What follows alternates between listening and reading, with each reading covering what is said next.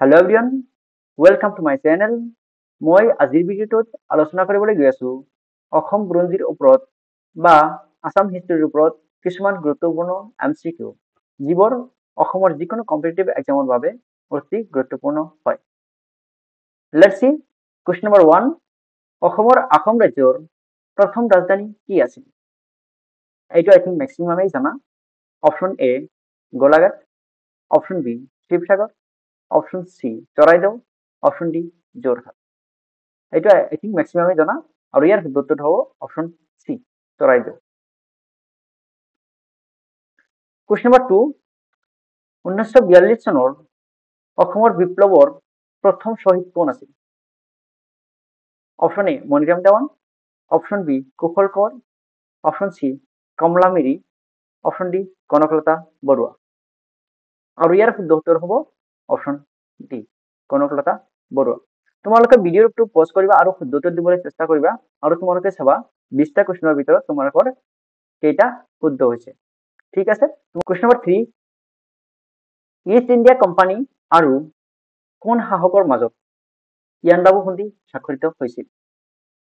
Option A Ahom ৰজা, option B Kachari ৰজা, option সি বাৰ্মাৰ ৰজা, অপশ্যন ডি চুতীয়া ৰজা। আৰু ইয়াৰ শুদ্ধ উত্তৰ হ'ব অপশ্যন সি বাৰ্মাৰ ৰজা। কুৱেশ্যন নম্বৰ 4 অসমত ব্ৰিটিছৰ বিৰুদ্ধে প্ৰথম কৃষক বিদ্ৰোহৰ নাম কি? অসমত ব্ৰিটিছৰ বিৰুদ্ধে কৃষক বিদ্ৰোহ কৰা হৈছিল আৰু ফাৰ্ষ্ট কৃষক বিদ্ৰোহৰ নাম কি আছিল? অপশ্যন এ ইটাখুলিৰ যুদ্ধ, অপশ্যন বি ফুলগুৰি দাবা, অপশ্যন সি ওপৰত কোনোটাই নহয়, অপশ্যন ডি পথৰুঘাট ৰাইজমূল।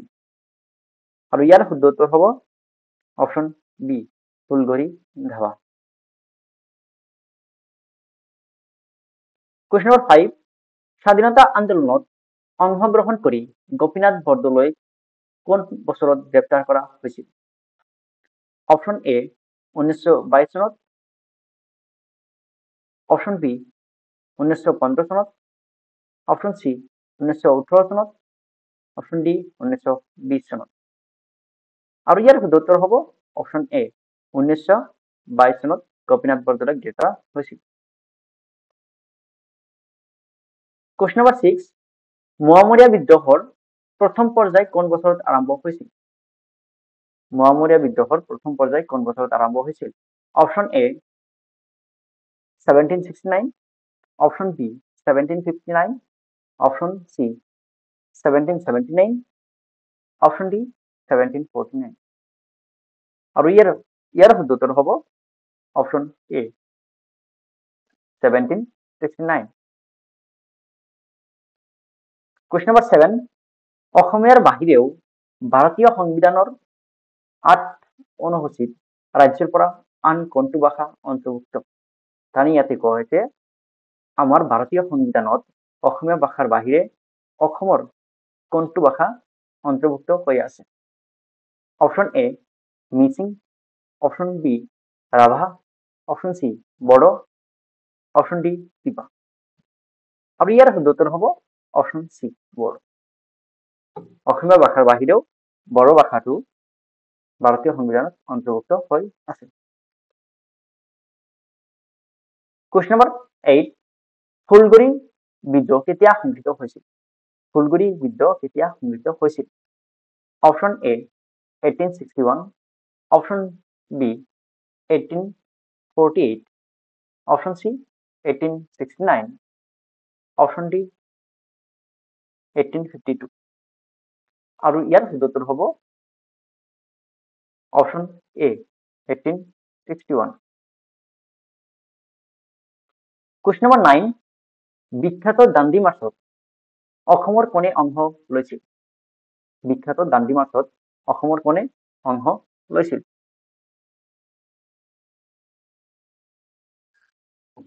ইয়াৰ শুদ্ধ উত্তৰ হ'ব অপশ্যন এ লীলাধৰ বৰুৱা। আৰু ইয়াৰ শুদ্ধ উত্তৰ হ'ব লীলাধৰ বৰুৱা। কুৱেশ্যন নম্বৰ 10 ঐতিহাসিক অসম চুক্তি কেতিয়া স্বাক্ষৰিত হৈছিল? অসম চুক্তি কেতিয়া স্বাক্ষৰিত হৈছিল? 26 জানুৱাৰী 1986, 15 আগষ্ট 1986, অপশন সি 15 আগষ্ট 1990, অপশন ডি 15 আগষ্ট 1985, আৰু ইয়াৰ শুদ্ধ উত্তৰ হ'ব অপশন ডি 15 আগষ্ট 1985। নম্বর 11, আলি আই লিগাং কৃষিভিত্তিক উৎসব কোনটো সম্প্রদায়ে পালন করে? Option A Khasi, option B নোহোৱা হৈছে, অপশন সি বড়ো, অপশন ডি নাগা, আৰু ইয়াৰ শুদ্ধ উত্তৰ হ'ব অপশন বি নোহোৱা হৈছে। কুৱেশ্যন নম্বৰ 12, কোনখন অসমৰ জিলাক প্ৰথম ধঁপাতমুক্ত জিলা হিচাপে ঘোষণা কৰা হৈছিল? অসমৰ কোনখন জিলাক প্ৰথমে ধঁপাতমুক্ত জিলা হিচাপে ঘোষণা কৰা হৈছিল? Option A Karimganj, option B Kamrup metro', option C Golaghat, আৰু অপশন ডি যোৰহাট, আৰু ইয়াৰ শুদ্ধ উত্তৰ হ'ব option D Jorhat. Question number 13, আনুষ্ঠানিকভাৱে হিন্দু ধৰ্ম গ্ৰহণ কৰা প্ৰথম আহোম শাসক কোন আছিল? অপশন এ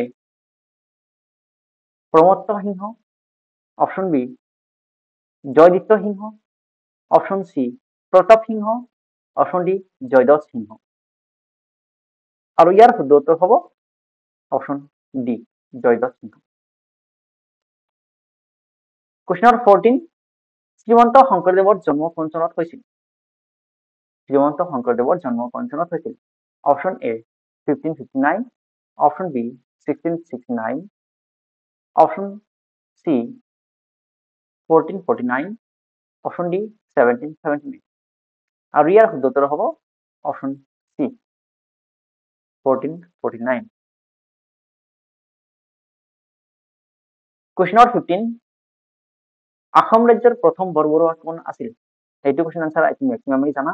আসাম ৰাজ্যৰ প্ৰথম বৰবৰুৱা কোন আছিল? Option A Lalukkhola Borphukan, option B Krishna Handique, option C Momai Tamuli, option D Rupchandra Borbarua, আৰু ইয়াৰ শুদ্ধ উত্তৰ হ'ব option C Momai Tamuli Borbarua.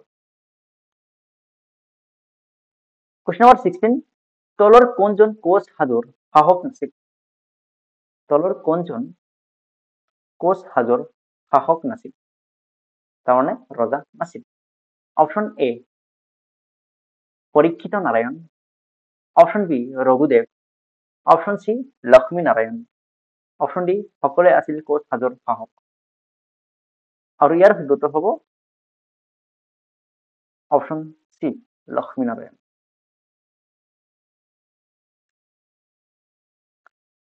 Question number 17, 1858 26 ফেব্ৰুৱাৰীত মণিৰাম দেৱানৰ সৈতে কাক ফাঁচি দিয়া হৈছিল?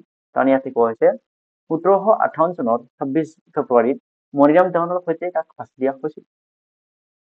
Option A Piyoli Phukan, option B Piyoli Barua, option C Kushal Konwar, option D Badan Borphukan, আৰু ইয়াৰ শুদ্ধ উত্তৰ হ'ব অপশন বি পিয়লি বৰুৱা।